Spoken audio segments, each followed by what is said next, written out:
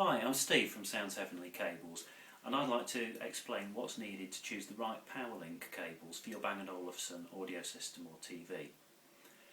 Basically, virtually every Bang & Olufsen system since the early 1990s has had 8-pin PowerLink sockets fitted, which look like the ones you see here. Now, there are three types of PowerLink cable, all of which have the same 8-pin plugs fitted. And on the outside they all look very similar. However, it's the choice of loudspeaker that's connected that decides the choice of PowerLink cable. Bang & Olufsen started originally with the Mark I PowerLink cable, which was a very thin cable and only worked on a couple of models of speaker, hence it was quickly discontinued and is no longer available, and for the purposes of discussion now is probably best left aside. The two cables that are of interest are the thicker Mark II cable, known as fully wired, and also the Mark III cable, which is the latest version. Now, depending on your speakers, you can choose either version of cable. Now, if we look at the cables, starting with the Mark III cable, this is the thinner of the two current options at just under 3mm thick. This works with all of the current and most of the previous models of Bang & Olufsen Beolab speakers, except Beolab 5, the flagship models, and excluding models that have displays. Now, for those speakers, you will need the thicker, fully wired Mark II cable. As you'll see in a comparison, this is actually quite a bit more substantial in profile. There are several advantages in using the thicker Mark II cable.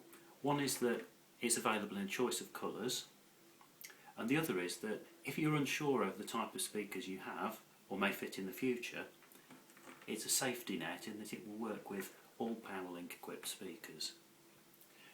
There are three basic types of speaker which must have the fully wired cable.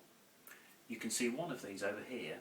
This is Beolab 3000, one of B&O's early 1990s range of panel mounted wall speakers, and these have a little display in the lower section which will light up to show you which track is playing.